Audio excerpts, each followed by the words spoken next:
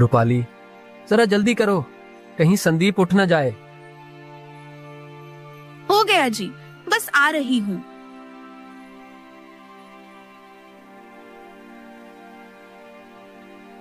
हे भगवान, संदीप की रक्षा करना। अब हमारे पास मृत्यु के अलावा दूसरा कोई रास्ता नहीं है। संदीप सिर्फ 8 साल का था। संदीप, मेरे बच्चे, मेरे लाल, अपना ख्याल रखना और हम दोनों को माफ कर देना।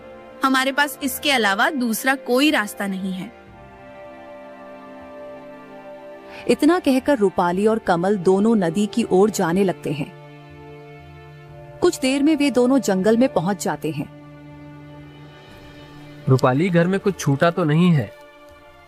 नहीं जी, घर में कुछ भी नहीं छूटा है जिससे संदीप को पता चल सके। इसके बाद कमल और रूपाली दोनों जलती हुई आग में छलांग लगा देते हैं और वहीं अपनी जान दे देते हैं। अगली सुबह संदीप अपनी माँ को बुलाता है। माँ, ओ माँ, कहाँ हो? चलो, मुझे जल्दी से खाना दे दो, बहुत जोरों की भूख लगी है। लेकिन जब कोई जवाब नहीं मिलता तो वह उठकर रसोई में जाता है। अरे माँ यहाँ भी नहीं है, इतनी सुबह सुबह कहाँ चली गई? संदीप परेशान हो जाता है और पूरे घर में ढूंढता है, लेकिन जब उसे घर में कोई नहीं मिलता है तो उसे चिंता होती है। इसके बाद वह पड़ोस में जाकर अपनी माँ के बारे में पूछता है। चाचा, मेरी माँ को देखा है क्या? पता नहीं इतनी सुबह सुबह कहाँ चली गई? नहीं संदीप, मैंने तुम्हारी माँ को नहीं देखा। ठीक है चाचा। संदीप उदास होकर अपने घर लौट जाता है और आंगन में बैठ जाता है। पता नहीं माँ और पिताजी दोनों कहाँ चले गए। मुझे तो बहुत डर लग रहा है। हे भगवान, रक्षा करना। उन्होंने आज तक कभी मुझे अकेला नहीं छोड़ा। संदीप की आंखों में आंसू थे। थोड़ी ही देर में संदीप की आंख लग जाती है और वह वहीं बैठे बैठे सो जाता है। शाम का समय। संदीप जल्दी से उठता है। संदीप इधर उधर देखता है, उसे कोई नहीं दिखाई देता है। इसके बाद संदीप रोते हुए कहता है। हे भगवान, माँ और पिताजी दोनों कहाँ चले गए? अभी तक नहीं लौटे। कहीं मुझे छोड़ के तो नहीं चले गए? संदीप भूखा था। वह उठकर घर में जाता है और घर में खाने के लिए ढूंढता है, लेकिन घर में एक दाना भी नहीं था। समझ नहीं आ रहा है क्या करूं। मुझे बहुत जोरों की भूख लगी है और पता नहीं माँ पिताजी कहाँ चले गए। मुझे डर भी लग रहा है। भगवान, मेरी रक्षा करना। संदीप बिना कुछ खाए पिए जाकर सो जाता है। अगले दिन पूरे गांव में हल्ला हो गया था कि संदीप के माता पिता उसे छोड़कर कहीं चले गए हैं। बेचारे संदीप की तो जिंदगी खराब कर दी।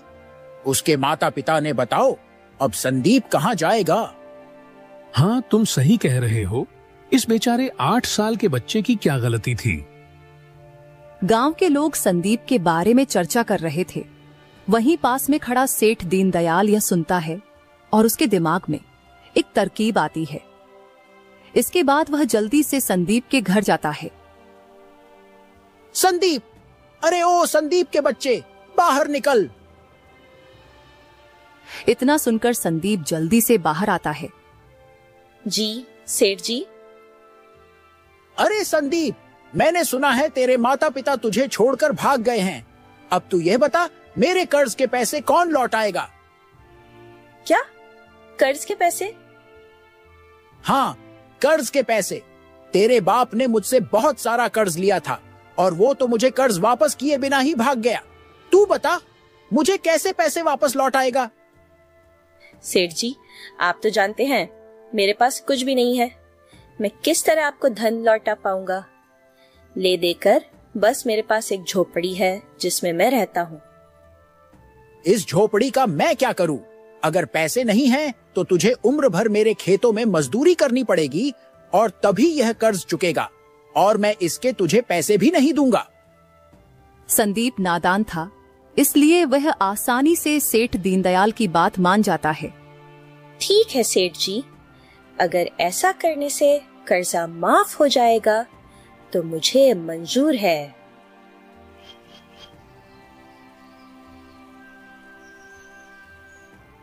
इसके बाद संदीप सेठ दीनदयाल के खेत में मजदूरी करने लगता है। दिन भर वह मजदूरी करने के बाद सेठ दीनदयाल संदीप को सिर्फ रात का खाना ही देता था, और वह भी सिर्फ 2 सूखी रोटियां। यह ले और इसे खाकर सो जा, और कल सुबह जल्दी उठकर फिर से काम पर लग जाना। सुबह पैर पसार कर सोते मत दिखाई देना, वरना तेरी खैर नहीं। जी सेठ जी। सेठ धनीराम संदीप को खूब मारता पीटता भी था, जैसे वह कोई जानवर हो, लेकिन हालातों के आगे संदीप भी मजबूर था। ऐसे ही कुछ साल बीत जाते हैं और संदीप 25 वर्ष का हो जाता है। एक दिन सुबह सुबह संदीप को उठने में जरा देरी हो जाती है, तो वह जल्दी से सेठ दीनदयाल के खेतों की तरफ भागता है। आज तो उठने में बड़ी देर हो गई, जल्दी से खेत पहुंचता हूं, वरना सेठ जी बहुत गुस्सा करेंगे। जैसे ही संदीप खेत में पहुंचता है, वह देखता है कि सेठ दीनदयाल लाठी लिए गुस्से में उसका इंतजार कर रहे हैं। उन्हें ऐसे देखकर संदीप बहुत घबरा जाता है। सेठ जी, माफ कर दीजिए सेठ जी, उठने में जरा देर हो गई, आइंदा कभी नहीं होगी। अच्छा, माफ कर दूं? अरे एक बार माफ करूंगा ना, तो तू बार बार यही गलती दोहराएगा। सजा तो तुम्हें मिलनी ही चाहिए। तू क्या चाहता है? तू घर में आराम करे और मैं खेतों में काम करूं? रुक, अभी बताता हूं तुझे। इतना कहकर सेठ संदीप को बेरहमी से पीटने लगता है। वैसे तो संदीप हमेशा सेठ जी की मार खा लेता था, क्योंकि उसे लगता था कि सेठ जी के अलावा उसका इस दुनिया में कोई नहीं है। लेकिन आज संदीप सेठ जी को जवाब देते हुए कहता है, बस करिए सेठ जी, कितना पीटेंगे? रात में आप ही ने मुझसे खेतों में देर तक काम करवाया था, इसलिए तो मुझे घर लौटने में देरी हुई थी, और इसी वजह से मैं सुबह जल्दी नहीं उठ पाया। तो भला इसमें मेरी क्या गलती है सेठ जी?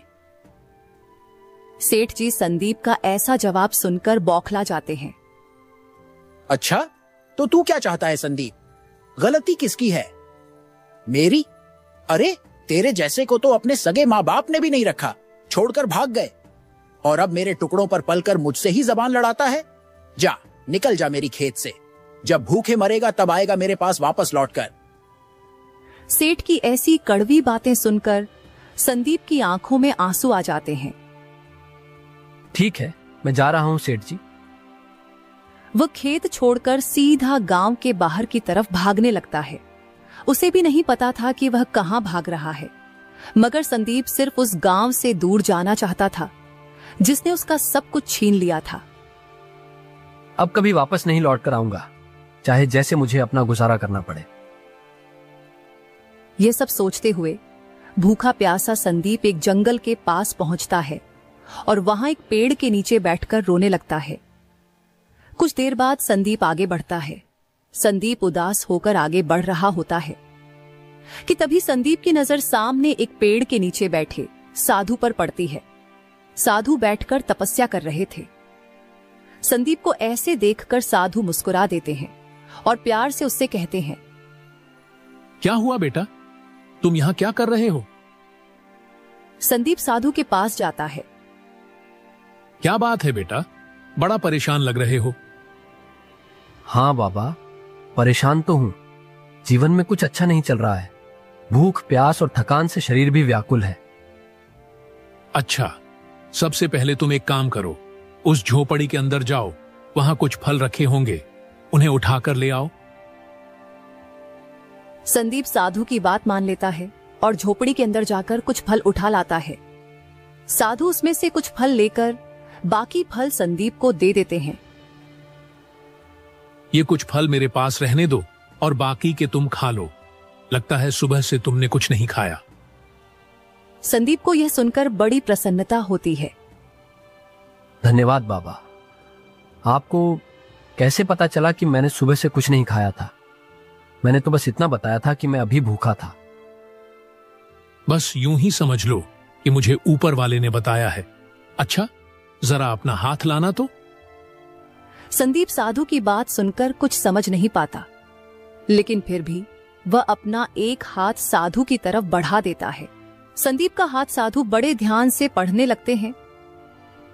वाह, ऐसी लकीरें तो मैंने आज तक सिर्फ राजा महाराजाओं के हाथ में देखी हैं। बेटा, तुम तो बहुत तकदीर वाले हो। संदीप को साधु की बात पर हंसी आ जाती है। ये आप कैसी बातें कर रहे हैं साधु महाराज? आपकी बातों से तो मुझे ऐसा लग रहा है आप मेरा हाथ देखने का सिर्फ नाटक कर रहे हैं और आपको लकीर पढ़ना आता ही नहीं। संदीप की बात पर साधु मुस्कुरा देते हैं। क्या हुआ बेटा, तुम ऐसे क्यों कह रहे हो? मैंने आज तक अपना जीवन गरीबी में बिताया है बाबा।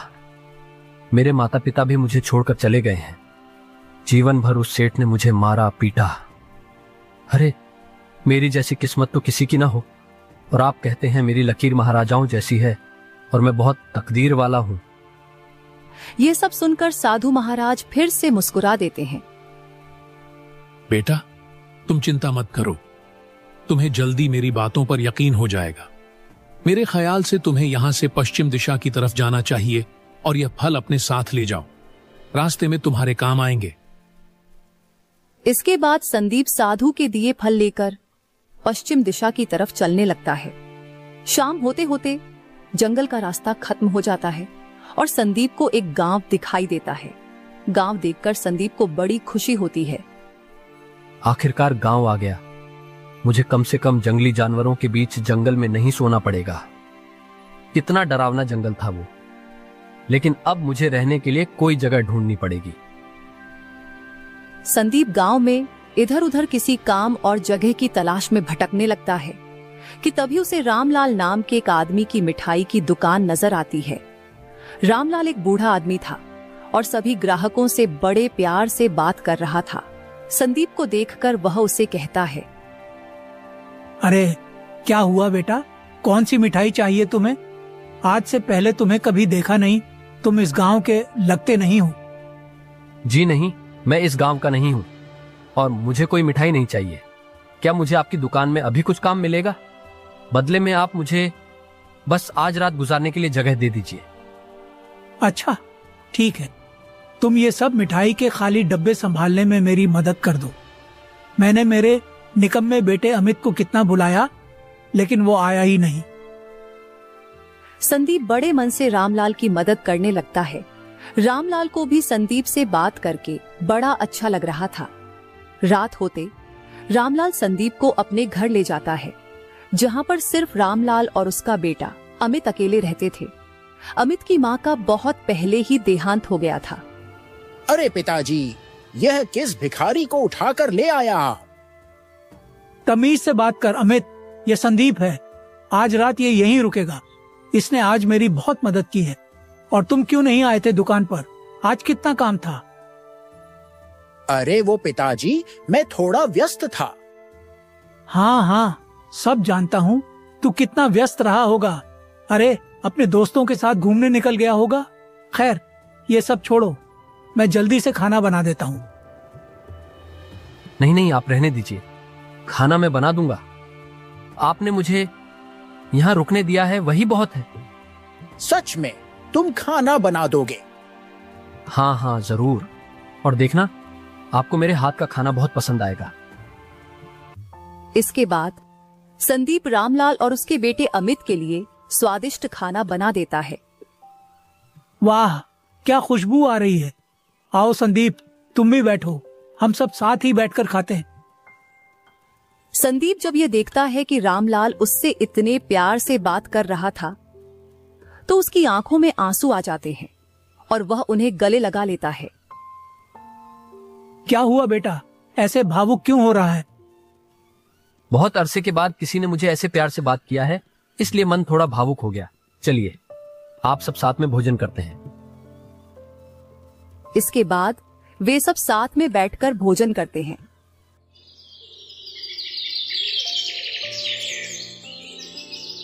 अगले दिन सुबह सुबह संदीप जल्दी उठ जाता है और सबके लिए नाश्ता भी बना देता है। आज उसे बड़ा अच्छा लग रहा था और ऐसा महसूस हो रहा था मानो यह उसकी जिंदगी की एक नई शुरुआत हो। सेठ जी उठ जाइए, मैंने आपके लिए नाश्ता बना दिया है, और अमित सेठ को भी उठा दीजिए। क्या खुशबू है चाय की। वाह, अरे तूने तो मेरा दिल ही खुश कर दिया संदीप। ऐसे तो सिर्फ मेरी पत्नी ही मुझे नाश्ता बनाकर खिलाया करती थी, तूने तो मुझे उसकी याद दिला दी। और हाँ, यह क्या सेट सेट लगा रखा है। एक काम कर, तू मुझे चाचा बुलाया कर। रामलाल की बात सुनकर संदीप को बेहद अच्छा लगता है। वह खुशी से कहता है, ठीक है रामलाल चाचा। इसके बाद तीनों नाश्ता करने बैठ जाते हैं। नाश्ता करने के बाद संदीप रामलाल से कहता है, रामलाल चाचा, आपका बहुत बहुत धन्यवाद। आपने मुझे इतना प्यार दिया, इतना इज्जत दिया। अब मैं चलता हूं। संदीप, कहाँ जा रहे हो तुम? तो किसी को इस गांव में जानते भी नहीं। चाचा, मैं काम की तलाश में जा रहा हूं। क्या पता कुछ काम ही मिल जाए। संदीप, एक काम करो, तुम राजा के दरबार में चले जाओ। राजा आदित्य बड़े दयालु हैं। मुझे पूरा यकीन है तुम्हें कुछ ना कुछ काम जरूर मिल जाएगा। ठीक है रामलाल चाचा, मैं सबसे पहले राजा आदित्य के दरबार में ही जाऊंगा। इसके बाद संदीप रामलाल का आशीर्वाद लेता है और राज दरबार की ओर जाने लगता है। रास्ते में एक घना जंगल पड़ता है। संदीप के चेहरे पर संतोष झलक रहा था। उसे उम्मीद थी कि राज दरबार में उसे कुछ काम मिल जाएगा। संदीप जल्दी जल्दी राज दरबार की ओर बढ़ रहा था कि तभी उसे सामने एक मरा हुआ पक्षी दिखाई देता है। अरे, ये पक्षी तो काफी घायल है। ऐसा लगता है जैसे यह मर चुका है। संदीप उसे छूकर देखता है, लेकिन पक्षी की सांसें थोड़ी सी भी नहीं चल रही होती हैं। ये पक्षी मर चुका है। इसके बाद संदीप उस पक्षी को वहीं पर छोड़कर आगे बढ़ने लगता है। वह पक्षी ऐसे पड़ा क्यों था? मुझे ये बात समझ नहीं आई। कहीं वह पक्षी जिंदा तो नहीं? क्यों ना मैं उस पक्षी को अपने साथ राज दरबार ले जाऊं और ले जाकर राजा को दे दूं। महल में अनेक प्रकार के हकीम रहते हैं जो पक्षी को जरूर बचा लेंगे। संदीप इतना सोचता है और लौटकर वापस आ जाता है और उस पक्षी को हाथ में उठाकर जल्दी जल्दी राज दरबार की ओर बढ़ने लगता है। कुछ देर बाद संदीप पक्षी को लेकर दरबार के अंदर पहुंचता है। संदीप के हाथ में पक्षी देखकर राजा चौंक जाता है और द्वारपाल संदीप के पास आता। पक्षी? यह पक्षी तुम्हारे पास कहां से आया? संदीप राजा की बात सुनकर डर जाता है। महाराज, मैंने कुछ नहीं किया। मैं तो जंगल के रास्ते से आ रहा था तो मुझे यह पक्षी रास्ते पर पड़ा हुआ मिला। मैंने सोचा क्यों ना इस पंछी को राज दरबार ले जाऊं, शायद इसकी जान बच जाए। महाराज, मुझे माफ कर दीजिए, मैंने इसे नहीं मारा। हाँ, मुझे पता है कि इसे तुमने नहीं मारा है। क्या तुम्हें पता है यह किसकी पक्षी है? किसकी है महाराज? मुझे नहीं मालूम। मैं तो इस गांव का भी नहीं हूं। यह पक्षी यहां के राजकुमार का था, जो कि मेरा इकलौता पुत्र था। और तुम्हें पता है वो राजकुमार कौन है? संदीप डरते डरते कहता है। कौन है महाराज? वो राजकुमार तुम हो। तुम बचपन में खेलते खेलते जंगल में गुम हो गए थे। मैंने तुम्हें कहां नहीं ढूंढा, लेकिन मुझे उम्मीद थी कि तुम एक दिन जरूर लौटोगे। बेटा, यह पूरा राज्य 25 साल से तुम्हारा इंतजार कर रहा है। क्या? मैं नहीं महाराज, मैं राजकुमार नहीं हो सकता। मैं तो एक गरीब आदमी हूं। मुझे तो मेरे माता पिता ने बचपन में ही अकेले छोड़ दिया था। बेटा, वो तुम्हारे माता पिता नहीं थे। वो दोनों डायन थे जो तुम्हें जंगल से अपहरण करके ले गए थे। लेकिन यह सब आपको कैसे पता? और मुझे तो कुछ याद नहीं। बेटा, तुम्हारे गुम हो जाने के बाद मैंने तुम्हें बहुत ढूंढा, लेकिन कहीं से कुछ पता नहीं चल रहा था कि अचानक एक दिन एक साधु आते हैं और उन्होंने ही बताया था कि 25 साल बाद एक आदमी मरे हुए पक्षी लेकर राज दरबार में आएगा। वही होगा इस राज्य का राजकुमार। संदीप यह सब सुनता है और उसे विश्वास नहीं होता है कि तभी उसे साधु की बात याद आती है। क्या हुआ बेटा? ज्यादा सोचो मत। अब तुम आ गए हो ना, अब सब कुछ सही हो जाएगा। इसके बाद संदीप अपने पिता राजा आदित्य के गले लग जाता है